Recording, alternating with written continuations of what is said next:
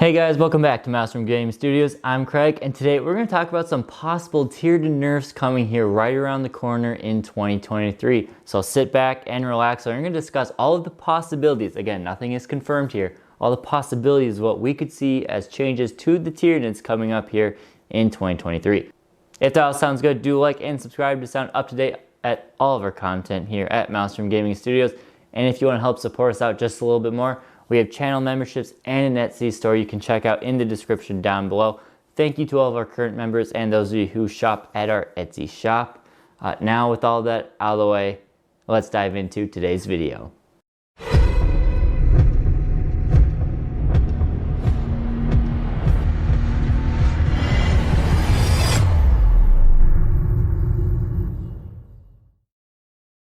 Alright, so January 2023 probably poses the final and biggest month for changes in Warhammer 40k 9th edition that we have left of 9th edition. So we've got 3 things coming, potentially. I mean, assuming we have at least 2, but I think we have all 3 of these coming.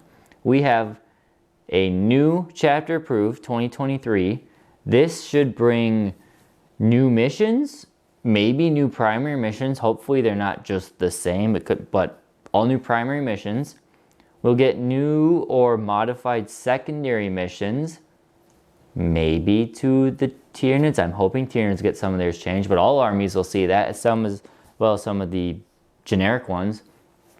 We also might get some game-wide changes in that chapter approved, to be seen. We then have the Minotaurum Field Manual. This is where they do all of the point changes for most of, if not all of the codexes.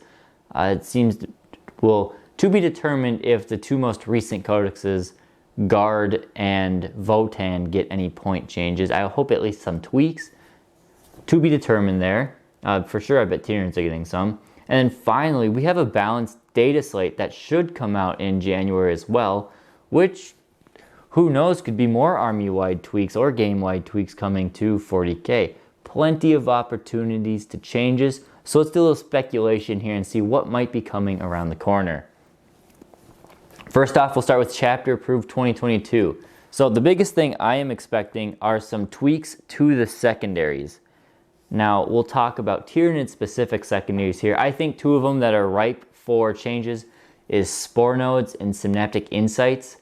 Something about each of those needs to be done. I'm not 100% sure what. Spore Nodes needs to, maybe if you can do it in the first battle round, that would be good, because then it gives you, 3 out of your 5 turns you could do it in order to get max points. Maybe some just totally reword it to be something else. But Spore Nodes right now is one you can build around, but you basically have to throw your troop choices to the meat grinder of your opponent's army in order to achieve it, which isn't that good to do as a Tyranid army specifically. Synaptic Insights is one all about killing things. It's fine. It does cap out at 12, and it feels like it's hard to get to 12 even as it is. So maybe if they remove that cap or tweak the restrictions or the requirements in order to gain points, maybe there's some ways to achieve a few easy points around. It feels like against some armies, Synaptic Insights, you struggle to get 2 points or 3 points a round. I don't know. Those 2 I think need some changes. So I'm hoping they see some much needed changes, because the Tyranids are lacking in the secondary department right now. Cranial Feasting I think is perfect the way it is. So no changes I think need to be made there. We could see some universal secondaries, like I said, change. So we know some of them aren't taken, not just from Tyranid's perspective, but from everybody's perspective. Some of them just aren't taken anymore. And then command point changes. This is something I hope to see, is that I know they cut down on command points, so now we only have half as many as we used to, which is an excellent change. I love that. Could we see some changes to that even more? Because right now we have to pay for every CP or every relic and warlord trait we take. I think your warlord should get his warlord trait for free. That I think is a pretty easy and well agreed upon thing. I know a lot of people say relics and warlord traits shouldn't even cost CP, they should cost points. I think we're too far along to change that right now. So at least make your warlord get his warlord trait for free. Not if you're like you're using the strat. So let's say I have my Flyrant and I want to give my Neurothrope, Synaptic Tendrils. I don't give a warlord trait to my Hive Tyrant. I still have to pay for the one on my Neurothrope. I think that's a fair compromise there. Maybe it tries to persuade people from making, small HQs your warlord and just hide in the back. Granted, Tyranids, if we bring a Hive Tyrant, it has to be the Hive Tyrant, but beyond the point. Maybe some changes there. Then we have the Minotaur Field Manual. So this is where point changes come from. Again, this is not going to be a book. This is going to be a PDF, something they changed last year, is that this is now a PDF that you just download. You don't have to buy it. Thank God. It was a waste of time and money and just resources of everything for this book. PDF for point changes is much easier. Maybe they'll change it so they actually tell you what points have gone up and what points have gone down, because it's really annoying. You have to cross-reference every single line item instead of just knowing, okay, this is cheaper, this is less. But one can dream. So some point decreases I'm hopeful for. I'm not counting on any of these, but I'm hopeful some of these less used units might get a small point decrease. First off, the Dimakaran and the Barbed Hierodule right now are way overpriced. I know they don't really touch Forge World units with the field manual. They just kind of set them and forget them. But if they do, both of those units could use a healthy 20 to 30 point decrease, because the whole reason they were ramped up in point cost is because of Crusher Stampede, Leviathan traits, old codex, all of that made, especially the Dimakaran, just ramped way up in points. Those need to be toned way back down to a point where you could actually consider taking one for, being usable and not being a handicap or a crutch to your army. So those ones, I think the Broodlord could come down 5 points. He's not used ever. I know I just made a video saying I do love the Broodlord, but he's just not used compared to the other HQs. So maybe if he's a tad cheaper, you might get some more use out of him. Gene Stealers also, again, something you never ever see in a Tyranid army. Maybe they could get a tad cheaper. Right now they're, what? I don't know how many points they are. They're 80 points for 5. So maybe they can make that a bit cheaper, but GW being their whole gotta be in increments of 5 means they would have to drop a weird number of points, which I don't think they want to do, but one could hope. The Haruspex, lovely model, love it, love its rules and all that. I think Armor of Contempt has hurt it a lot since, so maybe it gets a little tweak to the downside, not much, 5-10 points again, but one can hope. And finally, one that I will bang my fist on the table for is Hiveguard. Hiveguard suck balls right now. Even doing everything you can, bringing them in a non-competitive Chronos detachment to give them extra AP, give them extra range, they still just suck. At least for their point cost. 50 points a pop is not good for the Hiveguard. Bring them down to 40, or at the very least 45 points to make them maybe more usable. But they just suck right now, and I would love to use them again. So many Tyranid players have 12 of them from when they were really good. I know we don't want Hiveguard to turn into what they used to be, but gosh, come on, give them a little bit of life. With the, at least make the shot cannons cheaper maybe, even though they're the better weapon, but please help us out there. Okay, now some point increases, ones that are sad, but they might probably be coming. The Flyrant, though I will extremely or vehemently disagree with that it needs point increase for change you'll see in a little bit, but the Flyrant probably is going to get another 10 point increase. Biovores, a little on the fence, but they might see it like a 5 point increase a piece, maybe. They might have to do something else about Spore Mines, but I don't know. Biovores, Zoanthropes, again, they probably are gonna get a 5-point increase a piece. People still take them the same way they always do, but yeah, I can see a point increase there.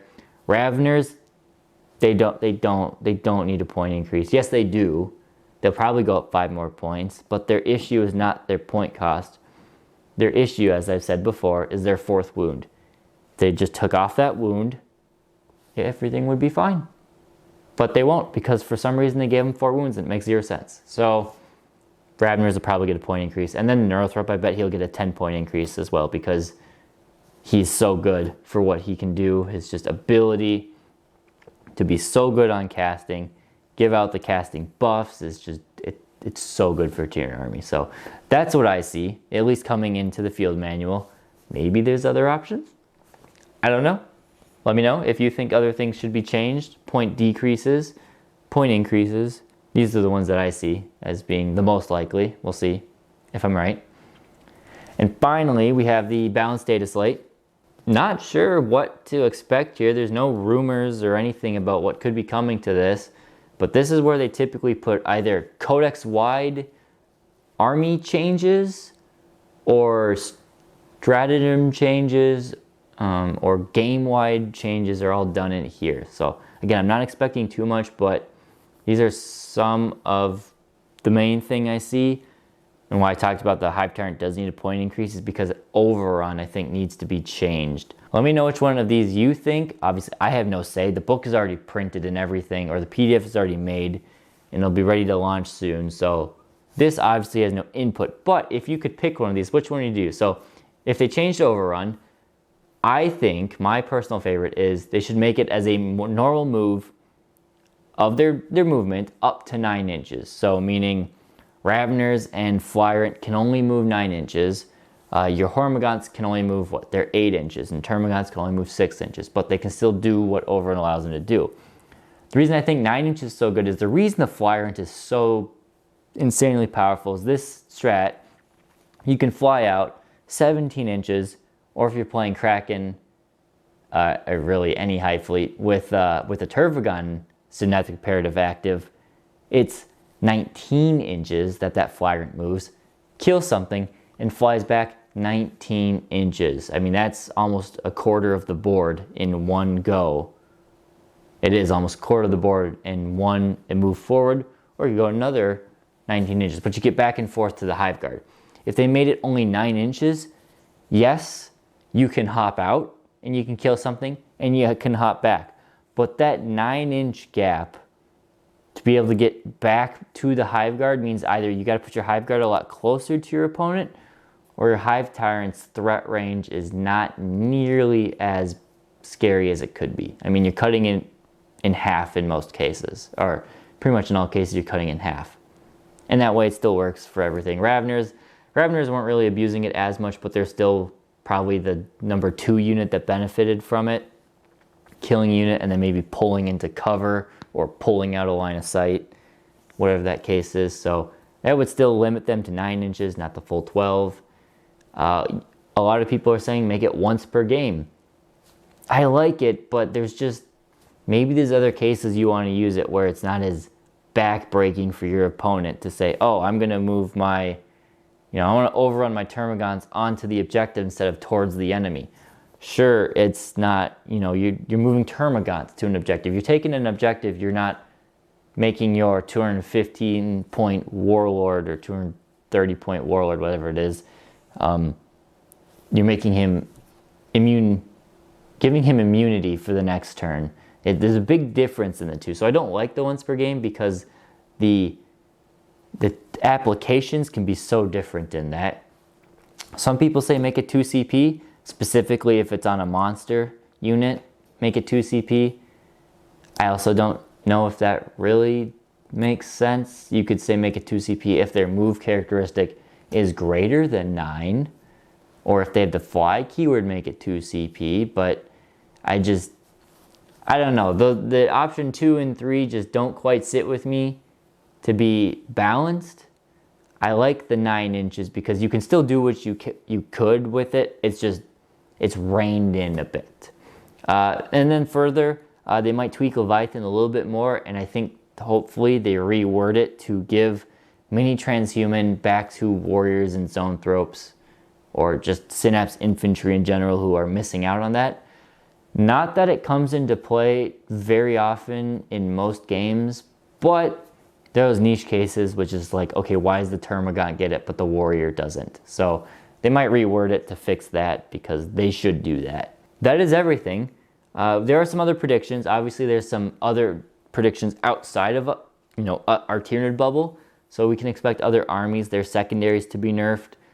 Sisters, Necrons, and Knights. Specifically, I'm anticipating they each have at least one secondary, if not two, that is almost an automatic 15 points. So I expect something to be done to those to tone them down. I think Knights is actually an automatic 12, but still rein those in maybe just a little bit. For sure, Sisters and Necrons are like that. Other armies will see point changes. The Demon Flamers, those are going to go up in points. Abaddon's got to go up in points. I suspect a lot of Space Marine units are going to go down in points to get you, I don't know, 10% more Space Marines on the table, or 15% more Space Marines. I don't know. I expect something like that happening, because it has happened in the past before, where we're nearing the end of the edition. Space Marines were first. They're getting a little power crept. We don't want to do a drastic codex change, because the rumors are they're not going to. Let's just make them a little bit cheaper so you can put more of them on the table. That's what I'm thinking. Other armies, but yeah, it's just, I mean, there are so many changes. Hopefully the power levels come up. I'd love to see Space Marines and AdMech become truly relevant again. I've had my AdMech sitting on the shelf. I'm looking at them right now.